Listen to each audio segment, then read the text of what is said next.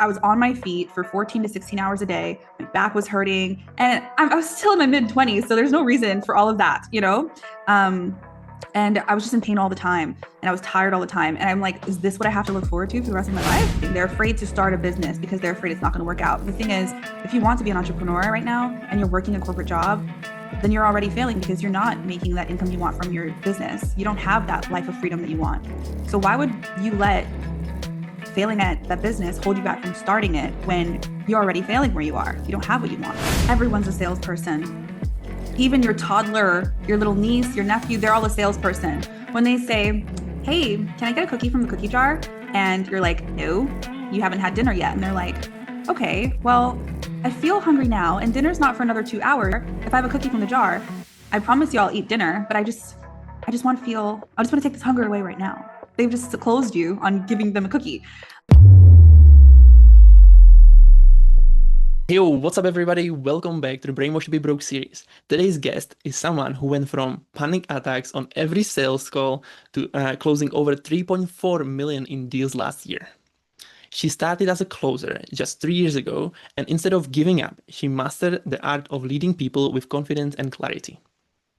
Now she coaches sales reps and business owners on how to break through their fear and make life-changing money too. Super excited to have her here. Welcome to the show, Princess Bonhomme. Yay! Thanks for having me. Amazing. Thank you so much for being here. It's just my pleasure to have you here. Uh, I have so many questions to ask for you. But before we jump into those, I would love to hear, and probably all listeners would love to hear, how did you get into entrepreneurship and what was the beginning for you? Yeah. My my entire like adulthood was just like I can describe it as like a leaf flailing in the wind, just like trying to find the next best thing that looks good, that sounds good, really just to impress my parents because Mhm. I want to make them happy. I want to make them proud. That was my motivation from a very young age. And so I was, gosh, like I was acting since I was a kid. And so into my adulthood, I was acting and teaching theater. But then, I got to a place where I was like, I do want more for my life. I do want to make a bigger impact. I ended up losing my passion temporarily for theater because I experienced something super crazy where like our house had burnt down back in like 2018. So I was in this weird place of like, what do I do with my life? Because theater was my whole life. Mm. And so the pandemic then happened, right? And then I was like, okay, well, nurses are making a lot of money because it was crazy. Like, and I was like, okay, well, I'm just going to go to nursing school and become a nurse because that looks good on paper and it makes money. But then it was while I was in nursing school and working full time that I realized I don't want to live like this. Mm. Like I was on my feet for 14 to 16 hours a day. My back was hurting and I was still in my mid 20s. So there's no reason for all of that, you know? Um, and I was just in pain all the time and I was tired all the time. And I'm like, is this what I have to look forward to for the rest of my life? Mm. And capping my income at like 80 to 90,000 a year. Like at the time that sounded good, but then I learned about the online coaching space, on online mentorships, high ticket, and I realized, okay, I could still make that kind of money or more from home. And that's when I just dropped all of that. I dropped nursing school, I dropped my job and focused and went all in on learning sales. And like in between high ticket and while I was in nursing, like I did trade for a little bit as well, but just random little things that would help me to make some income online. But really, sales was the thing that I realized, okay, this could change everything. Wow. Yeah. Wow, what led you to actually go with trading and so on? Because that's a really interesting topic, actually. Yeah. You know, Yeah. there's like that's like unknown topic. Nobody really talks about, especially in the schools and so on. So that's really interesting to actually what led you to go to a trading and so on.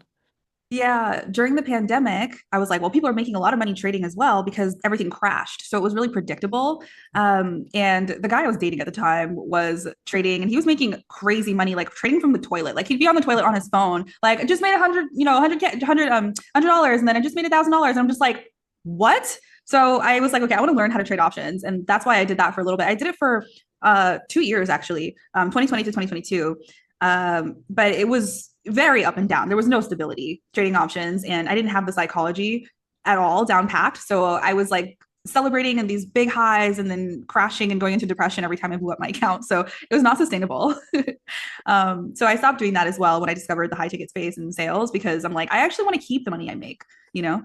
And then, yeah, something I dabbled into as well was just like starting like a little Amazon store. And like, but that lasted like 3 months when I realized it's not as easy as the ads said it would be. Very interesting. Yeah. When you said I don't have the psychology, what do you mean by that? Yeah. When you're trading, it's kind of like gambling if you do it the way I did it. I was doing options trading and I was trading the first like 10, 15 minutes of the market opening. So Mhm. that means that's when the stocks go up or go down drastically. And I was learning from some guy on Discord who did it that way as well. So it really is like being at the casino. And so it's like, oh my gosh, I just made all this money. It's like I could pull out of the trade and be smart, or I could stay in it. And there's FOMO of like, oh, if I pull out, then I'm going to lose more money. It's like this weird like greed and all this stuff that the psychology is not being disciplined, not being patient. That's what's required to trade well. And I will get back into it in the near future, but as of right now, I'm like enjoying, not dealing with that psychology because it really is a lot. Yeah, totally.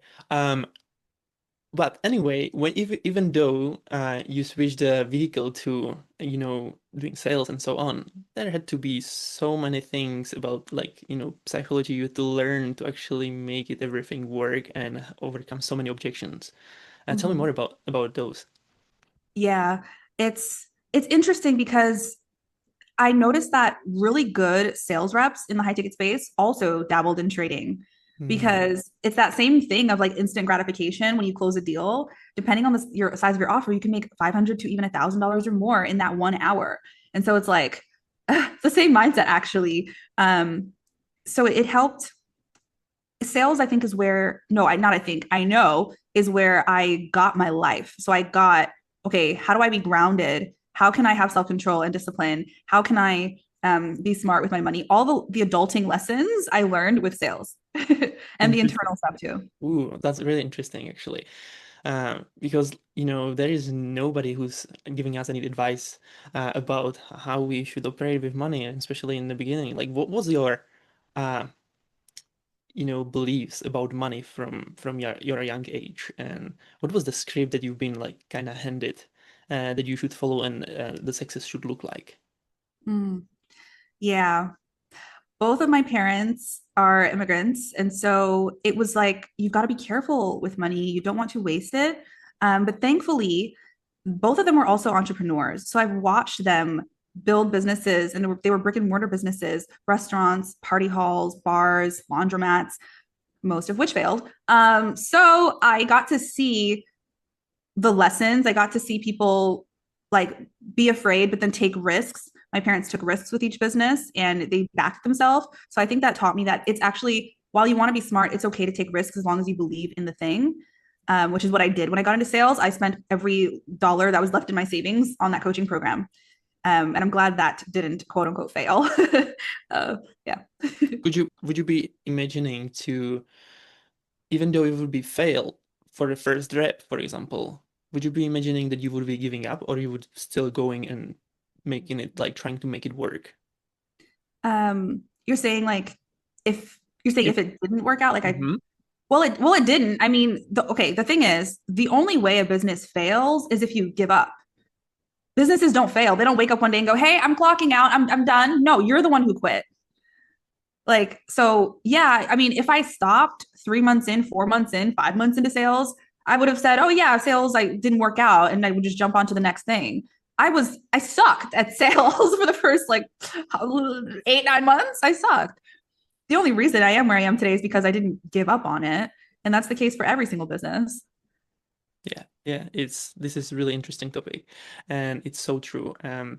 Because also I love to add to this, be prepared that the thing that gets you where you are now is not the same thing is going to get you into the next thing. So, for Yeah. example, leaving a job is not the thing that you're going to, like if you're going to leave a job, this is not the thing that's going to actually make success, like make success with your business, right? Because this is exactly the opposite, never giving Mhm. up, right? So Mhm. that's really just a really interesting because this is for like business is not for everybody. Let's be completely honest. It's really tough, especially from the beginning, and you need to be prepared to, you know, go through lots of roadblocks, and you need to be prepared that from the beginning it's gonna be suck. It's gonna suck. But Mm-hmm. the way that you're going to do repetition and repeating it over and over again, you're gonna suck less and less and less until you're going to make it work, right? Mm-hmm. And so when was for you the or what was the moment for you when you saw, oh my God, this is actually it started working, and how you felt about it? Oh my goodness. The moment for me was my first $10,000 month, which was August of 2023. My first 10K month, because everyone's goal getting into sales for the most part is 10K months, because I think that's like the golden number in the industry, because that's where you can make six figures even after taxes. You still have six figures. So yeah, I was like, wow, like I never have to worry about money again. When I made my first 10K, I cried so much because I'm like, I did it. I made it. Because even with trading, like that was always my goal, is just to hit a 10K month. Um, and man, I literally felt like I'm a millionaire. Like that's how I felt. Limitless. Let's Yeah. go. Yeah. Let's go to the moon. That's amazing. Yeah. Yeah. So powerful. Um, but tell us and tell the listeners what actually cost you to make it all work. Did you have to sacrifice things from, you know, the normal script that you've been or the way you've been living before the success? What did it cost me? Mm. Like, okay, time, Hmm. which I don't look at that as like a negative cost. It's like, yeah, if you want to make a lot of money, you got to put a lot of time into the skill, right? I put everything else on the back burner. I put going out with friends. I put dating on the back burner because when I got into sales, I was newly single. Because fun fact, the person I was with like was like, no, I'm like, I think this is a dumb idea. I don't support you. I was like, peace out. I'm moving back to New York. um, So I put everything on the back burner, and my whole life was just wake up, sales training, take sales calls, eat, sleep, repeat. Like that was it. Um, and I would do it all again, honestly. I'm not regretting anything. What else did it cost me? Oh, friends. Mm. I yeah, I literally have no more friends right now. A Mhm. zero. Um, and I'm okay with that because now I have space in my life to bring in new people who are operating at a different level. Because that I actually had a fear of success for a long time Mhm. because I saw people starting to drift away, and I was afraid of being on this lonely island. But Mhm. I said, you know what, screw it. My goal of um being the kind of woman who doesn't need anyone else to survive, that goal was more important to me than having friends around me to party with. Like, who cares? And Can so be it can go it's ahead. gonna be still there even though like in a few years.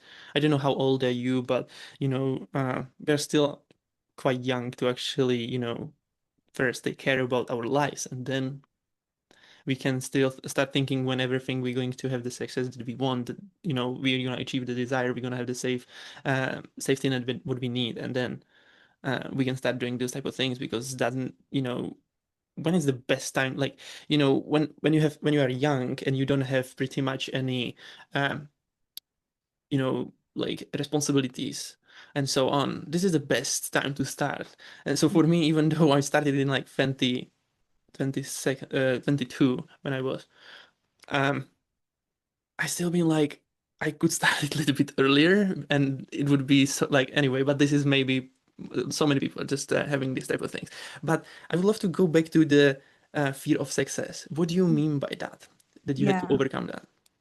Yeah. So a lot of people think it's a fear of failure that's holding them back. They're like, oh my gosh, what if I don't make it? What if you're already failing? Like you're not making it. You're not making the money you want to make. So your current situation is you're failing. So it's Mhm. not really fear of failure for most people. And that's what I realized within myself too. I was afraid that to be successful, I would have to become a different kind of person. Mhm. That was scary because I didn't know who that was. Mhm. So I had to step into that, and I knew that I would be isolated even more. And I was afraid of that because loneliness is a really big fear for me. Mhm. Like I made a pact with myself that if with myself and my best friend at the time when I was 15, that if I'm still single at 30, like we're gonna marry each other. And he's gay. Like that was what we were like, listen, we're not gonna leave me out here on these streets alone. Um, that's Um, how important like not being lonely was for me. And I turned 29 this year, so um, but now I don't care about that. So the fear of success was the fear of what is my life going to look like when I'm around different people, when I'm in a completely different income bracket, when I'm like this different person. I had no idea. mhm. That's interesting. Yeah. Wow.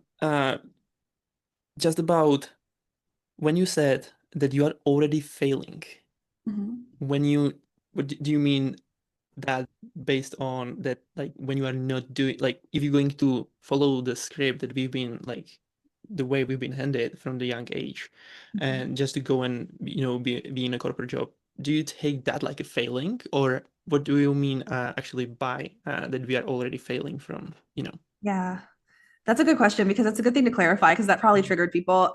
So if you want to be an entrepreneur or if you want to leave your job and go to something better, the people are say they're afraid of failing. They're afraid to start a business because they're afraid it's not going to work out. The thing is, if you want to be an entrepreneur right now and you're working a corporate job, then you're already failing because you're not making that income you want from your business. You don't have that life of freedom that you want. So why would you let failing at that business hold you back from starting it when you're already failing where you are? You don't have what you want, you know? Yeah, that's completely true. And that was, for me, it was especially that moment when I figured out that, the way we are basically set it up from the young age, um, we are basically set it up to fail. Because I saw my parents working like two jobs at the same time to just get by. I couldn't see them properly because they've been all the time working, and so I've been mainly raised by my grandparents, and that was like I don't want that to happen in my life and in my for my future family. So that was the one of the turning points for me to actually that I've been always thinking like there has to be a different way to to provide for the family, not just being employed and literally asking for if I can go to on a if I can go on a toilet or if I Mhm. can have food or so. And this is ridiculous to me. I can't imagine to do that until the rest of my life. And even though, um, have you been ever thinking to study um, higher education, like taking a student's loan? Because I know in USA it's really Yes. common, Yeah. and in UK also in Australia. What is your thought on taking a loan on for Yeah. studying? I did that. I did Oh, did that. you? Yeah. Wow. So when Okay. I first went to college, the first thing I studied was theater. And then when I went back to school for nursing, I also got a degree in psychology and nursing school. So I took out a loan for all of it. Mm, Took out three different loans and I just paid it off. wow. um, so But you did so much yeah, faster than I yeah, would say than anybody else out there. So yeah. you are set it up really well, I would say. Yeah, yeah.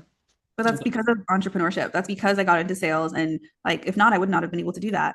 So that's the normal script that we're all given is right is like graduate high school, go to college, take out a loan, go into debt, get a job that pays you bare minimum, and then spend the rest of your adulthood or your life paying it off. Like that's ridiculous. It's gross. But it's unfortunate because um, people feel safer doing that than entrepreneurship. When entrepreneurship is, I want to say, kind of the same level of difficulty. It's just mindset wise, it can feel Mm, harder because it's so different from interesting. what everyone around you is doing.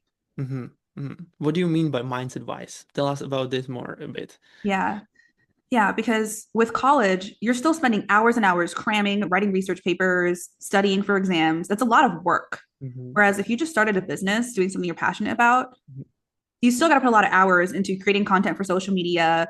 Um, I don't know, sending DMs to people, maybe having sales calls if you do a mentorship or something. It's like it's still work, but hmm it's at least something you enjoy. But the reason why it feels harder is because most likely you're going to be the only person in your friend circle or in your family doing it. So you don't have that support. It's lonely. hmm It's harder mindset wise because you have to be disciplined because you don't have due dates.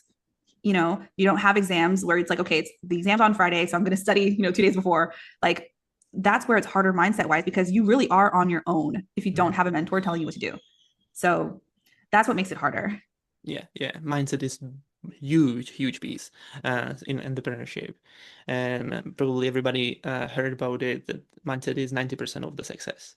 And um, what would you say, especially when you've been starting out, like what kind of mindset shift you had to go through from the original of thinking Mhm. to being, to shape into the um, in a way that it's going to actually allow you to be successful. Yeah. Mindset shift was one, focus on the small wins, Mm, not the big ones only. Because if you, let's say that your goal as an entrepreneur, your first milestone is I want to make my first $10,000 month. If you just focus on that, then you're not going to celebrate the $2,000 client you closed or the, 3K in commissions you made in those months. It's like, and then you go into the sunken place because you feel like the goal is so far. So a big shift for me was just celebrating the small things. Like on my sales calls today, I got deep with everyone, or I asked the tough questions. And I'm so proud of myself for that, because that positivity gives you the momentum to do amazingly the next day. And then every day stacks and builds. And next thing you know, you've hit that $10,000 month. So that's a big one. mhm. What you had to completely like unlearn um, before you start seeing success? Hmm. Okay. One that I had to completely unlearn was that the idea that someone else could be the blueprint for me, the idea that someone else could be the example. Because especially 3 years ago when I started in sales, there were no women at the top Mm, of their game. There were no top female closers that I could look up to, or even top female sales coaches. It didn't exist. So I was like, I didn't know, I didn't have anyone to model. And so I just had to be the example that I always wanted to have. that's amazing. Yeah, that's really interesting. That's really and powerful also because this is, um, you know, so many people also, and especially these days, they're comparing themselves uh, into like to someone who is already successful. What do you think about it? Is it good to do that, or is it wrong completely to comparing yourself? It's not black and white. Mm, But I do think you're better off not paying attention to what other people are doing. mm, That's something that I took from when I was a closer. I didn't pay attention to what other closers are doing and just focused on myself. And that helped me become a top closer. And I learned the same lesson again with business. I had to learn the lesson again because I would look at other coaches and see what they're doing with their marketing, how, all this stuff. And I'm like, I don't want to do that. And so I'm like, what do I do? And so I kind of spiraled for a little bit there. But I was able to find myself again in all of this, because when you have a business, it's different. It's like it's 80% marketing. mhm. And so I had to really find my voice. And so what worked was to stop looking at what other people are doing, stop looking at what all the marketing gurus are saying that you have to do this way to get clients, and just be myself. And it sounds corny, but like that's really it. Mhm. Yeah. Yeah, very interesting. Um, what kind of systems or habits or principles you are following right now? Hmm. So one, it's not even a system. It's so simple. It's like this. It's always Mhm. next to me. It says just do it. Ooh, okay. Um, I keep it near me all the time just to remind myself whenever I start overthinking, just do it. Just put Mhm. it out there, make the video, make the post, launch the course, just do it. Mm, because the Because, action is yeah. this is the biggest because and most people um, are scared to take the action, but without taking the action, um, you are unable. You are there is no way that you're going to be successful, and because from the beginning of my journey, it was that I have spent so much time of studying, but never executing. Always studying, studying so much. Like 3 years, I've been just studying and observing everything what I could. Um, and but nothing was happening. Because you haven't take the action. Um, and once I start applying everything, like and shifted the way of actually how I've been operating. Uh, I started looking for the problem that I need to solve that is actually in front of me. And I start looking for the informations about that, and then I executed on it. And then when another problem came, and I did it same like again and again, and that was what led me to actually start being successful. Um, when it comes to success, what is like what does success mean for you? Mm. That is something that always changes for me Mm, because, like, 2 years ago, success was just if I could bring in 100K a year, I'm the richest person in the world to myself. mhm, And then it changed. Success was then if I could impact a lot of people, mhm, then I'm successful. Now, this year, success is if I can impact a lot of people and still enjoy my life and love myself every day, then that's success. mm. That's all I want, you know? Yeah, yeah. What would you say to somebody who is figuring out the game of entrepreneurship and trying to start making first sales, for example? Um, where would you start with learning sales skills and start seeing progress? Mm. I would say to start sales, if you're brand new, there's a bunch of either free or low ticket communities out there. I have one, a lot of other coaches have one. Just go with whoever you resonate with and just start consuming content so you can understand from a high level what is the sales process? What does it look like to run a sales call? So you don't, because that way at least you know what it looks like when you step into your first call. Mhm, So you feel like you're not like lost in the sauce. mhm, mhm, So yeah, join some sort of free community or low ticket and get some help. Ask questions, connect with other closers because you can get a lot of insight from just having conversations, and then you can start getting connected to opportunities. mhm. What would you say that's going to be the fastest way to actually start making money? Mhm. Um, would you say that would be focusing on sales, or do you think that there is something else that people have to learn or acquire skills to actually start making money? Um, it depends how you want to make money. Like if you're really good at baking cakes, sell the cakes. If you're really good at playing the guitar, sell guitar lessons. Like just the thing that you're really good at, help someone else and then start building testimonials and then boom, you have a coaching business. I think it's so this is the time in the world where it's so easy to do that. But with no matter what your talent is, you've got to know how to sell. So definitely like I hate to sound biased, but that is the reality is you need to know how to sell no matter what you do, unless you want to become a trader, then you Yeah. don't have to learn how to sell. So because so many people also for me, especially from the beginning, it was that I like kind of been avoiding sales. Oh. I've been more focusing on marketing because that was the thing that like, everybody was shouting, "Hey, if you know how to do marketing, you don't need to know about sales. You can just have a funnel or something, and it's going to basically cover it. If you know copywriting and all sorts of things about it, because that's like kind of part of the marketing. Um, it's going to sell itself kind of. So people will like, and most of the people I would say they don't like even the word of like being a salesperson because it's like trigger the wall, right? Like thinking about when somebody's coming and knocking on the doors and so on. What is your take on this? Everyone's a salesperson. Even your toddler, your little niece, your nephew, they're all a salesperson. When they say, "Hey, can I get a cookie from the cookie jar?" And you're like, "No, you haven't had dinner yet." And they're like, "Okay, well, I feel hungry now and dinner's not for another 2 hours. So if I have a cookie jar, if I have a cookie from the jar, I promise you I'll eat dinner, but I just want to feel, I just want to take this hunger away right now." They've just closed you on giving them a cookie. And so same thing, if you are, 18 years old and you want to get your first car, you go to your parents, "Hey, can I get a car?" No.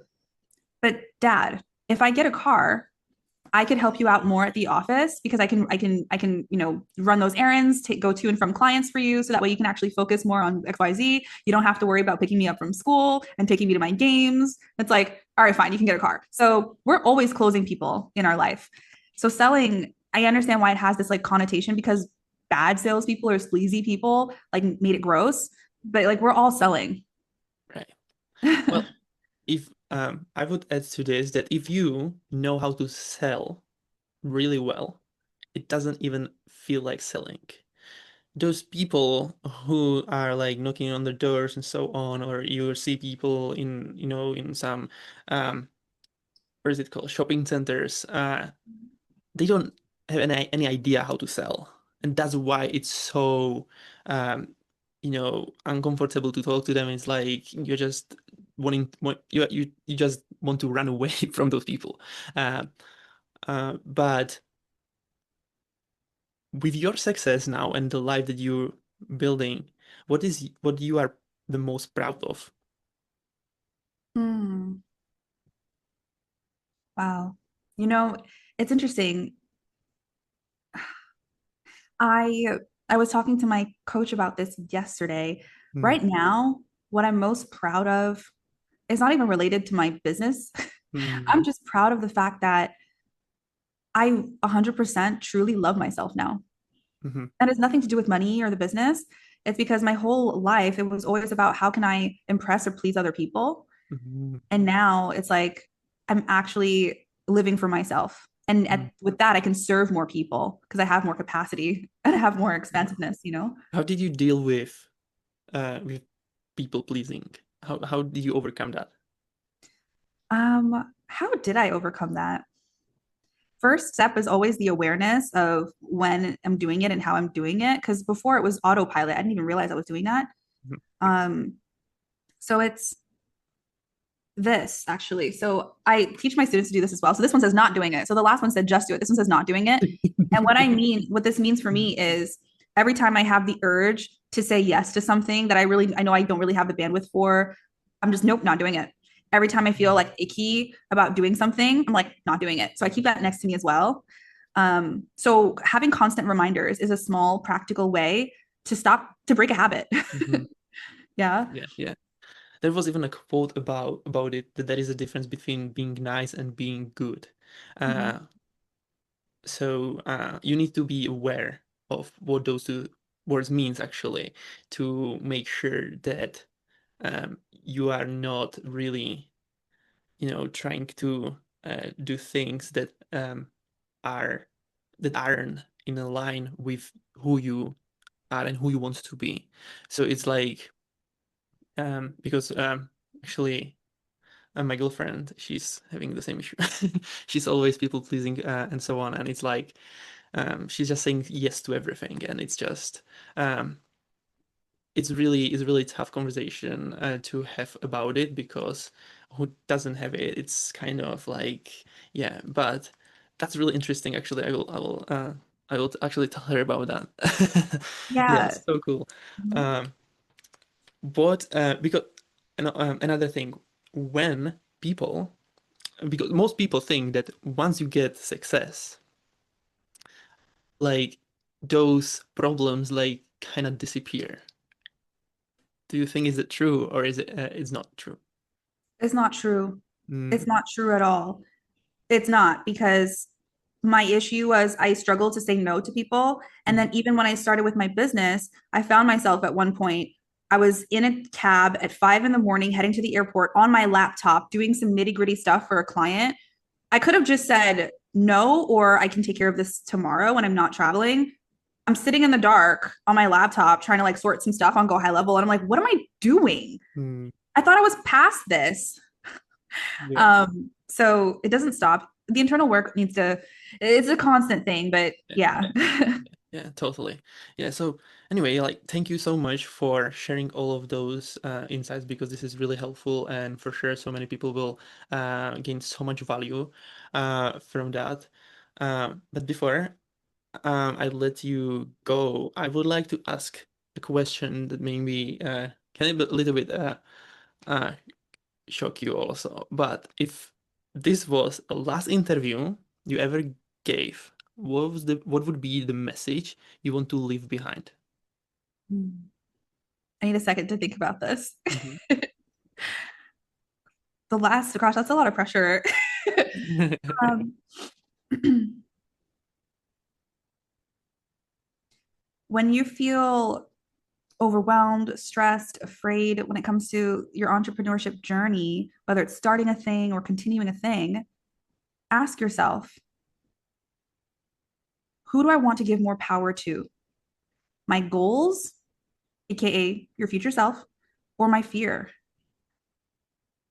Hmm, very, yeah, very Yeah. powerful. Mhm. Very interesting. Thank you. Thank you so much. Thank you for being here. Before, well, where people can find you and support you or connect with you. Yeah.